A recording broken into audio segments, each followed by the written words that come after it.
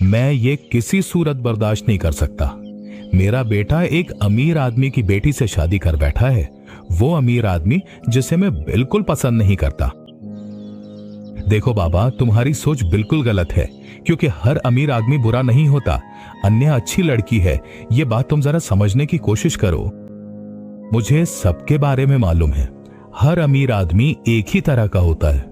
मुझे भी मजबूरी में ये अमीरों वाली जिंदगी गुजारनी पड़ रही है, लेकिन मुझे ये सब बिल्कुल अच्छा नहीं लग रहा। देखो बाबा, तुम्हें क्या अच्छा लगा या नहीं लगा, इसकी मुझे कोई परवाह नहीं। मुझे अन्य अच्छी लगी, इसीलिए मैंने उससे शादी की है। मैं इस शादी को नहीं मानता, मैं तेरी बीवी को नहीं मानता। इस घर में तेरी बीवी के साथ तुझे रहने नहीं दूंगा।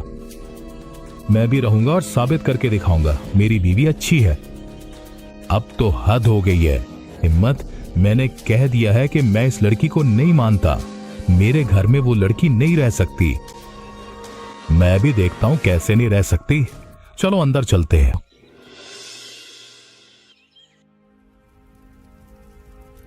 क्या हुआ? तुम बावर्ची खाने में बैठकर क्या कर रही हो? तुम्हें तो खाना पकाने की कोई जिम्मेदारी नहीं दी गई थी। दरअसल मैंने देखा कि खाना पकाने का वक्त हो गया है, इसलिए मैं खुद ही आ गई हूँ पकाने के लिए। बुरा मत मानना भाभी। ये है अमीरों की एक बड़ी परेशानी, हर बात खुद ही समझना चाहती है। तुम अपने आप को क्या समझती हो? मैं अपने बारे में क्या सोचूंगी? अगर मुझसे कोई गलती हुई है तो बताएं, मैंने आपसे इजाजत नहीं ली है ना, तो मैं माजरत चाहती हूँ। रहने दो अपनी ये मासूमाना बातें, मैं तुमसे ये सब सुनना नहीं चाहती। ये बावर्ची खाना मेरा है, यहाँ सिर्फ मेरा हक है। तुम्हें तो अब्बू ने भी नहीं माना। उसमें मेरा क्या कसूर है? मैं भी तो इस घर की बहू हूँ, क्या मैं खाना नहीं पका सकती? तुम तो अमीर घर की लड़कियां हो, तुम्हें खाना पकाने का क्या पता? वो खाना तो खाने के काबिल भी नहीं होगा। क्यों नहीं होगा भाभी, मैं तो बहुत अच्छा खाना पकाना जानती हूँ। अम्मी ने मुझे सब कुछ सिखाया है। ये सब बातें यहाँ आके मत करो, यहाँ से चली जाओ और दोबारा कभी तुम्हें यहाँ न देखूं। तो फिर आपको सारा काम अकेले ही करना पड़ेगा। अगर मैं होती तो आपकी थोड़ी मदद कर सकती थी। तुम्हें इन सब बातों की फिक्र करने की जरूरत नहीं। इतने साल जब मैं अकेले खाना पका सकती हूँ तो अब भी पका लूंगी। ठीक है, फिर आप ही अकेले खाना पकाएं। जब खाना तैयार हो जाए तो मुझे जरूर बुलाइएगा खाने के लिए। तुमने क्या कहा? क्या मैं यहाँ तुम्हारी नौकरानी हूँ जो तुम्हें खाना पका कर खिलाऊं? अच्छा ठहरो, अब्बा को आने दो, मैं सब कुछ अब्बा को बताऊंगी। तेरी बीवी की कितनी बड़ी हिम्मत है, आज आकर बड़ी बहू से बहस कर रही है, उसे उल्टी सीधी बातें सुना रही है आज। देखो अब्बा, जो वाकया तुमने सुना है वही वाकया मैंने भी सुना है। उसमें मुझे अपनी बीवी की कोई गलती नजर नहीं आती। जिए कृष्ण, यानी तेरी बीवी ने बड़ी बहू से कहा कि वो खाना पकाकर तेरी बीवी को खिलाए। क्या घर के सब लोग तेरी बीवी के नौकर हैं? इसी वजह से मुझे बड़े लोगों का रवैया बिल्कुल पसंद नहीं आता। मेरी बीवी तो सबसे पहले ही खाना पकाने गई थी, उसे बेइज्जत करके कमरे से निकाल दिया गया, इसीलिए मेरी बीवी ने यह बात कही है। अब तो बना बनाकर तेरे कान में दूसरी बातें डाली जा रही हैं, है ना? बड़ी बहू इतने सालों से इस घर में है, क्या हम उस पर यकीन नहीं करेंगे? तो क्या इसका मतलब यह है कि तुम्हारी बड़ी बहू कभी कोई गलती या ज्यादती कर ही नहीं सकती, है ना? नहीं सकती। मैं अपने घर में इतनी परेशानी नहीं चाहती। मैं चाहती हूं कि तू अपनी बीवी को लेकर अभी इसी वक्त घर से निकल जाए। क्यों? मैं तो इस घर का बेटा हूं, मैं क्यों अपनी बीवी को लेकर घर से निकल जाऊं? मैं इस घर की मालकिन हूं, जो मैं कहूंगी वही होगा। तू अपनी बीवी को लेकर यहां किसी भी सूरत में नहीं रह सकता। अब्बा, आज जो कहानी तुमने मेरे साथ की है, ये तुम एक दिन बिल्कुल वापस पाओगे, देख लेना। तू मुझे सिखा रहा है? इस अमीर लड़की के साथ रहते रहते आज तुम लोग इतने गिर गए हो। किसका जवाल हुआ है वो तो मैं देख ही रहा हूं, और तुम बहुत जल्द ये बात समझ जाओगे। मैंने तुम्हें बहुत तकलीफ दी है अन्या, तुम्हें इस बड़े घर से खींचकर नीचे इस झोंपड़ी में ले आया हूं। तुम ऐसा क्यों कह रहे हो? मैंने तो पहले ही तुमसे कहा था कि तुमसे शादी करके मैंने सब कुछ छोड़ दिया है। यही तो मेरा वाहिद दुख है कि तुमने मुझसे शादी करके सब कुछ खो दिया, अपनी खुशी भी खो दी। ये बिल्कुल सही बात नहीं है।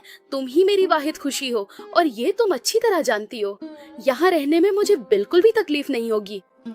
मुझे मालूम है कि तुम्हें बहुत तकलीफ होगी, लेकिन मेरे चेहरे की तरफ देखकर तुम कुछ भी नहीं कह रही हो। इन सब बातों को अब छोड़ो। अब हम दोनों एक हो गए हैं, नए सिरे से शुरुआत करेंगे। ये झोपड़ी हमारा पहला घर होगा। देखना, एक दिन अब्बू अपनी गलती समझ जाएंगे और फिर हमें ही अपने पास बुला लेंगे। मुझे मालूम है, लेकिन अब्बू के दिल में अमीरों के लिए ऐसी सोच क्यों है? इसके पीछे कई वजूहात हैं। उस वक्त अब्बू गरीब थे, माँ बगैर इलाज के मर गई थी। गांव के जो जमींदार थे उनसे कर्ज मांगा था, लेकिन अब्बू को पैसे नहीं मिले। फिर अब्बू खुद कैसे जमींदार बन गए? उसके बाद वो जमींदार फौत हो गया। गांव के सब लोग अब्बू की ईमानदारी की वजह से उन्हें जमींदार मुकर्रर कर देते हैं। तुम्हारे अब्बू को देखकर हमें एक बात बहुत अच्छी लगी। वो जमींदार होने के बावजूद गरीबों की तरह जिंदगी गुजारते हैं और गरीबों से बहुत मोहब्बत करते हैं। वालिद साहब बहुत अच्छे इंसान हैं, लेकिन अमीरों के साथ अपने बुरे रवैये की वजह से उन्होंने आपको कबूल नहीं किया। मैं सब समझ गया हूँ। चलो, बहुत काम बाकी है।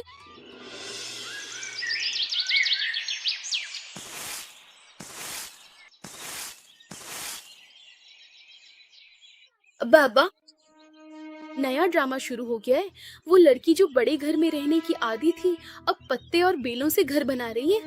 क्यों भाभी, तुम भी तो पहले छोटे घर में रहने की आदी थी, अब तो बड़े घर में रह रही हो। मेरी तो बड़ी घर में शादी हुई है, इसलिए बड़ी घर में रह रही हूँ। तरबूज को हसद हो रही है, लेकिन मुझे तो ऐसा नहीं लगता। मुझे लगता है कि मैं बड़े घर की लड़की हूँ, इसीलिए तुम मुझसे हसद करती हो।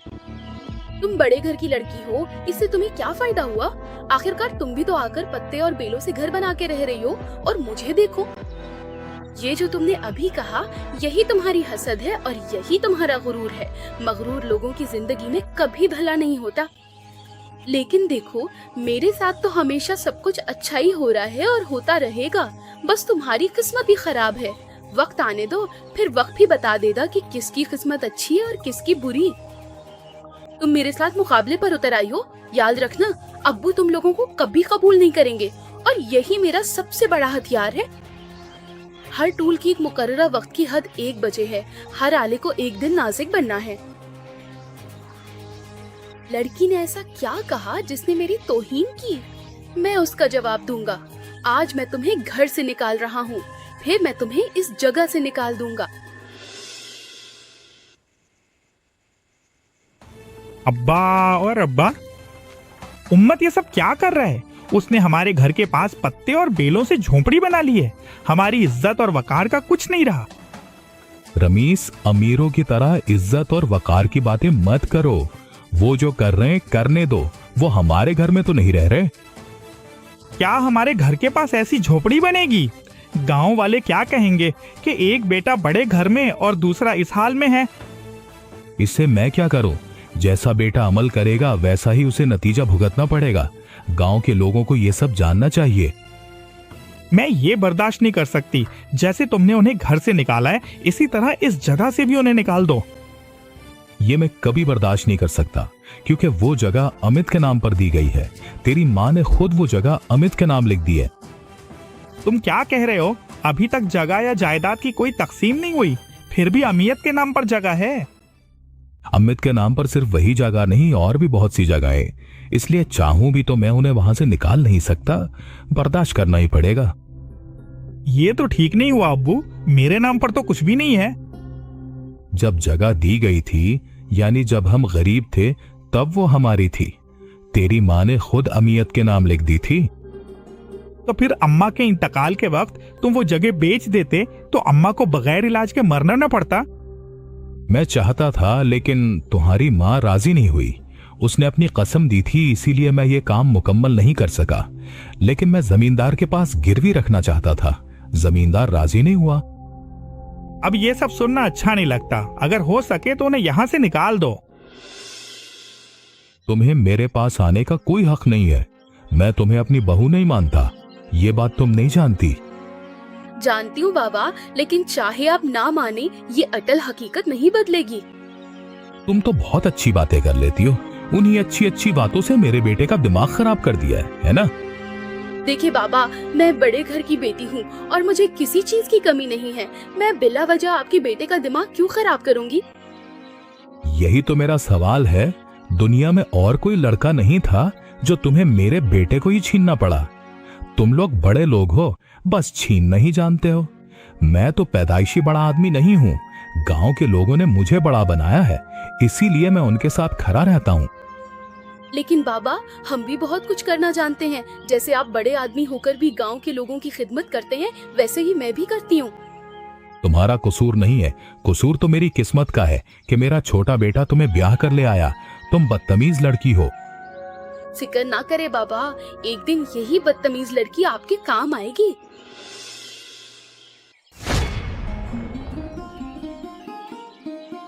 बाबा, आपको क्या हुआ है? आप ऐसा क्यों कर रहे हैं बाबा?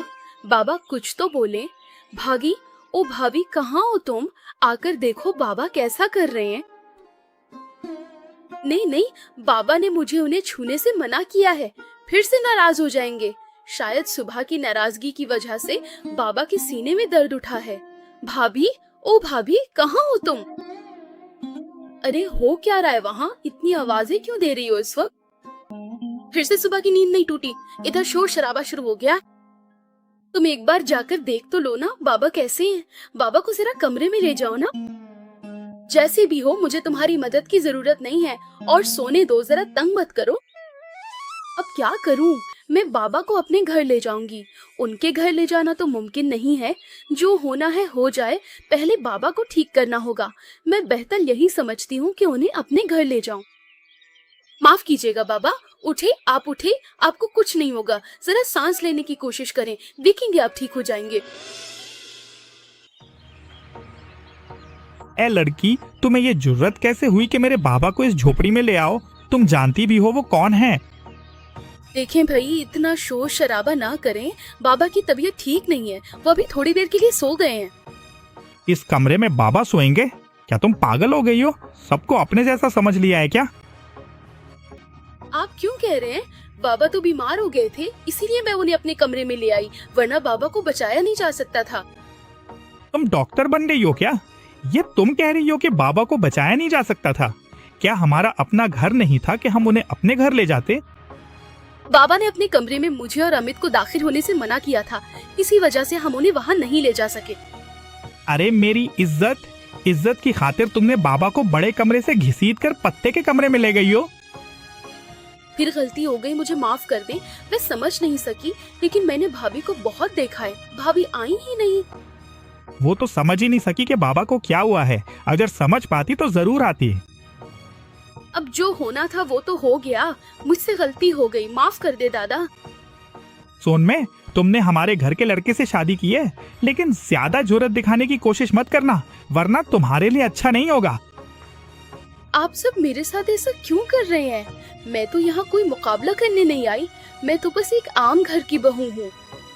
लेकिन हम तुम्हें बहू मानते ही नहीं है। अगर आप मेरे साथ मुकाबलाबाजी करना चाहते हैं तो मैं आप सबको बता दूं, बहुत जल्द आप सबका खेल मैं खत्म कर दूंगी। इसका खेल खत्म होता है ये तो बाद में पता चलेगा। अब्बा आज इस लड़की को खूब सुनाया है। शायद रिश्वत तुम्हें उनके पत्ते वाले घर ले गई थी। मैं तो सोच रहा हूं कि उस लड़की ने असल में कमाल कर दिखाया। जो तुम्हारी बीवी नहीं कर सकी, वही उस लड़की ने कर दिखाया है। आप क्या कह रहे हैं अब्बा? मैंने बिल्कुल ठीक कहा है। चाहे मैं बीमार था, फिर भी सब कुछ सुन और देख रहा था। वो लड़की तुम्हें कितनी बार पुकारती रही, लेकिन तुम अपनी नींद में इतने गुम गए कि मेरे पास भी नहीं आ सके। असल में मुझे समझ नहीं आया था अब्बा, आपको क्या हुआ है। इसी वजह से मैं सारा दिन लेटा रहा, वरना मैं तो आपके पास आ जाता।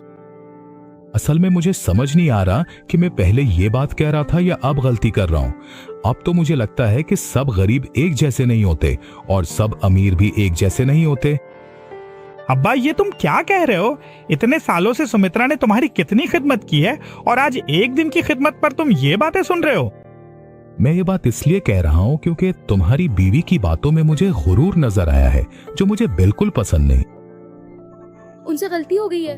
अब्बा हमें खाना दे दो, खास तौर पर मुझसे गलती हुई है।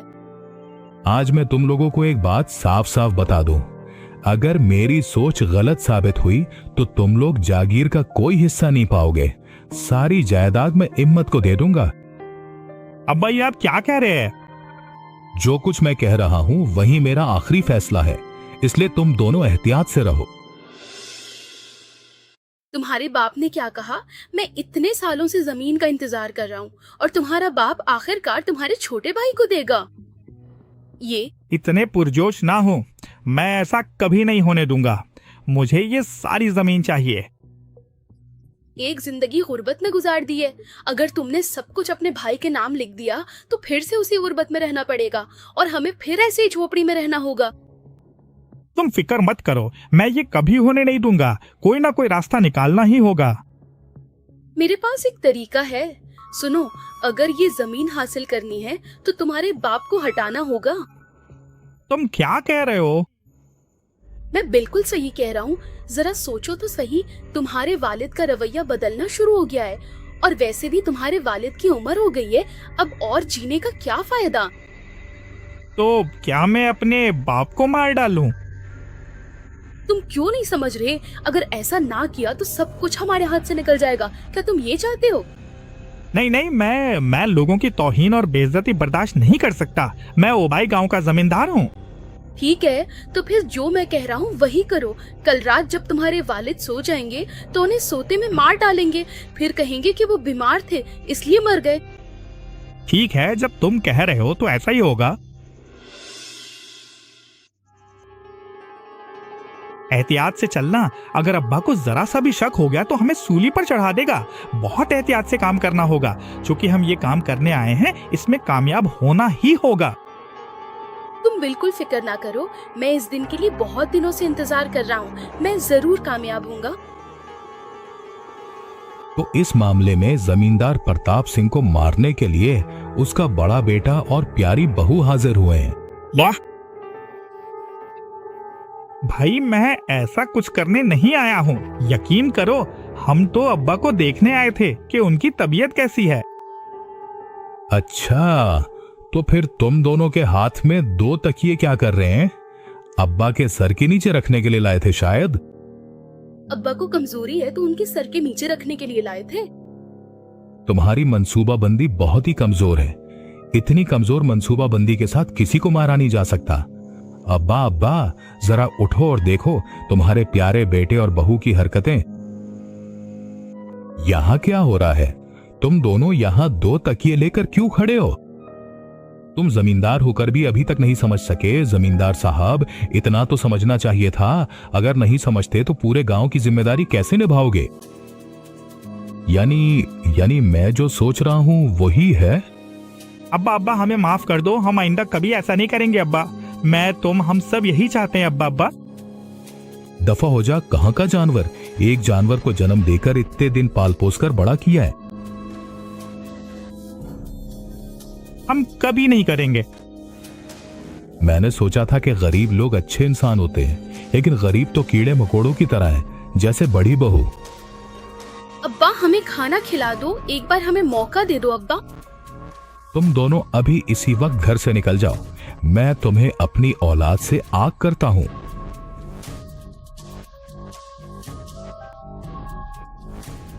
अब्बा, अब उनका क्या होगा ये सोचो कि तुम बच गए हो। तुम्हारी वजह से ही तो बच गए। अगर तुम ना आते तो शायद मैं अब जिंदा ना होता। मैं कादिर को अच्छा समझा था। ये सब कुछ अन्याय की वजह से मुमकिन हुआ है। अन्याय ने सारी मंसूबाबंदी सुन ली थी। जिस लड़की को मैं बर्दाश्त नहीं कर सकता था, उसी लड़की ने मेरी जान बचाई है। मैं तुम्हारा शुक्रगुजार हूं मां। हाय हाय अब्बा, आप इस तरह मत कहें। आप बस हमें दुआ दें। आज मैं समझ गया हूं कि हर गरीब इंसान अच्छा नहीं होता और हर अमीर बुरा नहीं होता। तुमने एक बार फिर मेरी आंखें खोल दी है मां। देखा अब्बा, मैंने कहा था ना, मैं तुम्हें गलत साबित करके दिखाऊंगी। अरे मुझे माफ कर दो और अब वापस घर आ जाओ। मैं अपने घर के फर्द को खुशामदीद कहूंगी। ऐसी ही मजेदार कहानियां देखने के लिए हमारे चैनल को सब्सक्राइब करना ना भूलें। अच्छा दोस्तों, बताओ तो सही, अमित और अन्या ने अपना नया घर किस कमरे में बसाया था?